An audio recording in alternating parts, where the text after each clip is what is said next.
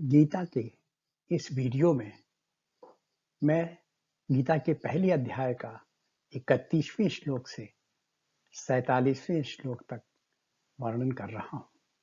इसमें मैं कोशिश कर रहा हूँ कि गीता के हर एक श्लोक का वाचन करूँ और उसका एक एक श्लोक का अर्थ मैं आपको समझाऊं और इसके बाद गीता का उन्हीं सभी श्लोकों का मैं पोइम में ये पद्य के फॉर्म में या कविता के फॉर्म में मैं उसको सुनाऊंगा जो कि मैंने बनाए हैं। उसके बाद आपको क्या हमें शिक्षा मिलती है, क्या लर्निंग मिलती है, इसके बारे में मैं बतलाऊंगा। जब कृष्ण और अर्जुन दोनों महाभारत युद्ध में दोनों सेनाओं के बीच में पहुंच गए तो अर्जुन ने दोनों तरफ अपने ही रिश्तेदारों, अपने ही संबंधियों को देखा। कोई दादा, कोई भाई, कोई चाचा, कोई मामा थे। ये सब देखकर वो इतने अधिक परेशान हो गए कि अगर कोई भी मारा गया तो सभी मारे जाएंगे जो कि हमारे रिश्तेदार हैं, जो हमारे संबंधी हैं, उससे हमारे कुल का क्या होगा।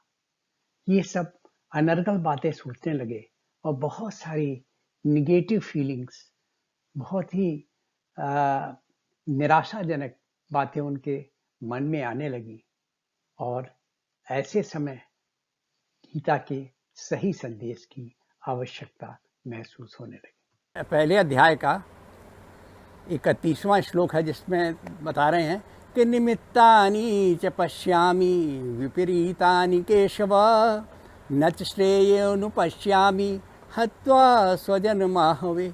सारे लक्षण में विपरीत देख रहा हूँ और अपने को स्वजनों को मारकर मुझे कोई कल्याण की बात नहीं दिखती। न कांक्षे विजयम कृष्ण न च राज्यम सुखानि च किन्नो राज्येन गोविंद किम भोगैर्जीवितेन वा। मैं कोई विजय नहीं चाहता, ना मुझे कोई राज्य का सुख चाहिए। अरे राज्य से हम क्या करेंगे जब जिनके लिए राज भोग करते हैं वो ही नहीं रहेंगे तो क्या करेंगे। एक शाम अर्थे कांक्षितन्नो राज्यम भोगा सुखानि च तैमेव स्थिता युद्धे प्राणांस त्यक्त्वा धनांच। जिसके लिए राज्य की आकांक्षा, राज और भोग और सुख की आकांक्षा होती है, वो सब तो इस युद्ध में खड़े हैं और सब तो यहाँ पे। और वो जब उनके प्राण चले जाएंगे तो हम क्या करेंगे, क्यों, क्या करना है मुझे।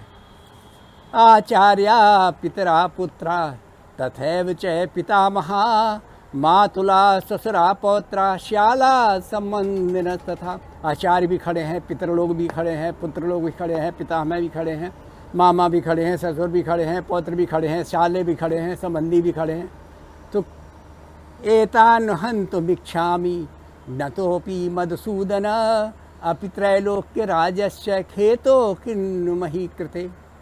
एता, इन जो है, इन सबको मारने के से तो हमें पाप ही लगेगा, घृणा ही आएगी अपने ऊपर।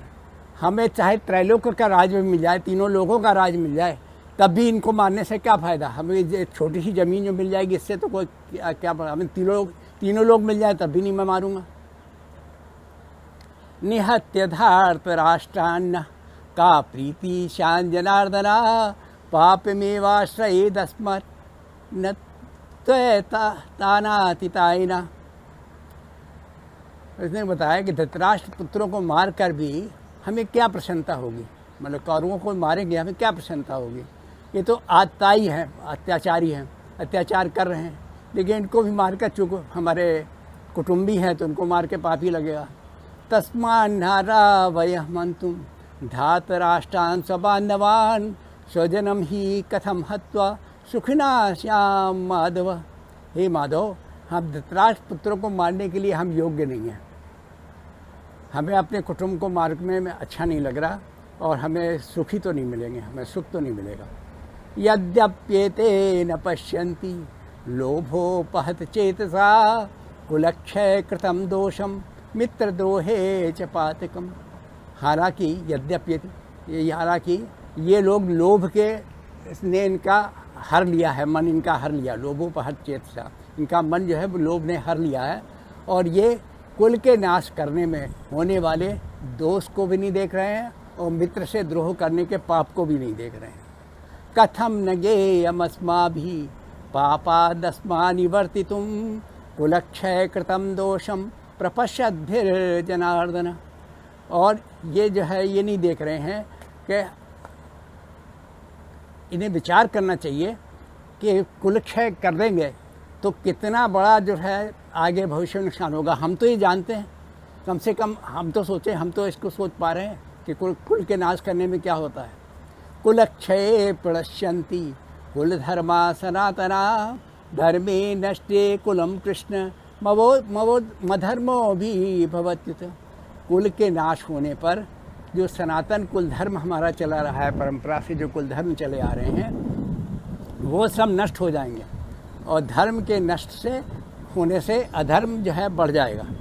अधर्मा भी भवात् कृष्ण प्रदुष्यन्ति कुल स्त्रिया स्त्रीषु दुष्टासु आर्ष्णेय जायते वर्ण संकर।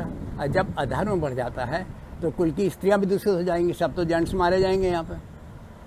और इस तरीके से जो है ना, अगर स्त्रियां भी दुष्ट हो गई तो फिर क्या होगा, वर्ण संकर शुरू हो जाएगा।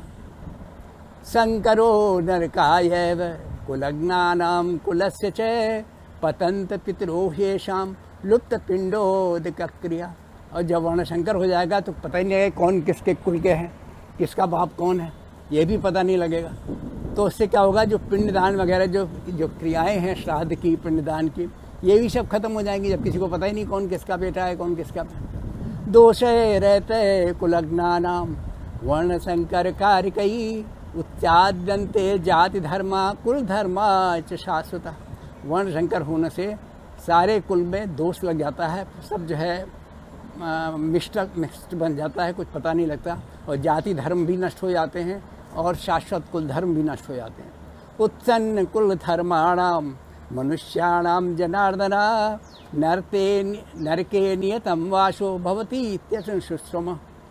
कहते हैं जब कुल धर्म नष्ट हो जाए तो जो भी नरक पहुंच गया वो नरक में पड़ा रहेगा, क्योंकि उसको कोई बच्चे पितरदान श्राद्धदान कुछ करेंगे नहीं तो उनका भी कुछ पुण्य नहीं मिलेगा, वो भी वहाँ से वापस नहीं आएंगे। तो सब इस तरह से सारा कुछ नष्ट हो जाएगा। अहो बद महत् पापम कर्तुम व्यवस्था वयम यद्राज्य सुख लोभेन हंतुम स्वजन मुद्यता।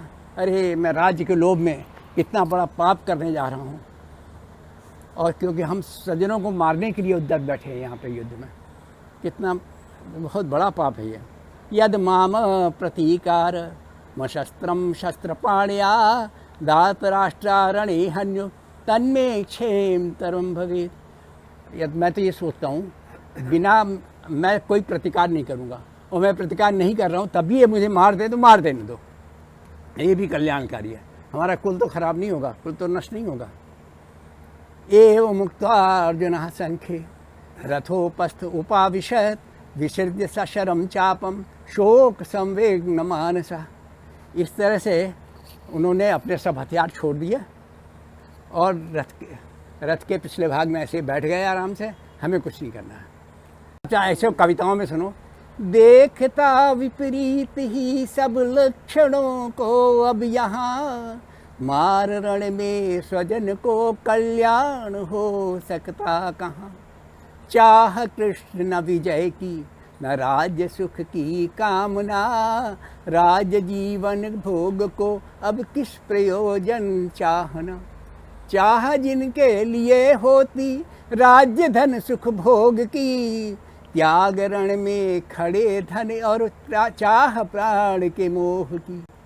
सभी गुरुजन पितृतुल ससुर पितामह पुत्र भी, पौत्र साले और मामा आदि संबंधी सभी, चाहता करना नहीं बद वे मुझे मारे भले। राज का भूभाग क्या त्रैलोक्य चाहे ही मिले, मार कर धृतराष्ट्र पुत्रों को भला क्या पाऊंगा, आतताई इन्हें बध में पाप ही कर जाऊंगा। है बंधु ही राष्ट्र धृतराष्ट्र पुत्र, है बंधु ही धृतराष्ट्र पुत्र, न मारने के योग्य हैं। मार स्वजनों को क्या ये सभी के सुख भोग्य हैं। कुलनाश से कृत दोष को व मित्र दोह के पाप को, भ्रष्ट चित्त ये लोभ से नहीं देखते संताप को। कुलनाश से कृत दोष को हे कृष्ण हम सब जानते, फिर भी इस पाप से हटने को क्यों नहीं है मानते। कुल का जब नाश हो तो नष्ट हो कुल धर्म भी, कुल धर्म जब नहीं रहा तो बढ़ेगा धर्म भी।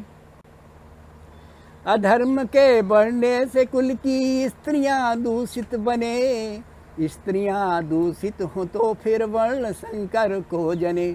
कुल और कुल घातियों हित वर्ण संकर नरक पथ, श्राद्ध तर्पण के बिना पितरों के लिए पतन रख। वर्ण संकर कारक कुल घातियों के दोष सब, नष्ट करते पारंपरिक जाति व कुल धर्म। अब हो चुका कुल धर्म जिनका नष्ट ऐसे मनुज भी, सुनते अनिश्चित काल तक हैं वास करते नरक भी। जान कर भी हाय हम तत्पर महापाप करने, राज सुख के लोभ से अपनों के प्राण हरने। सामना किए बिना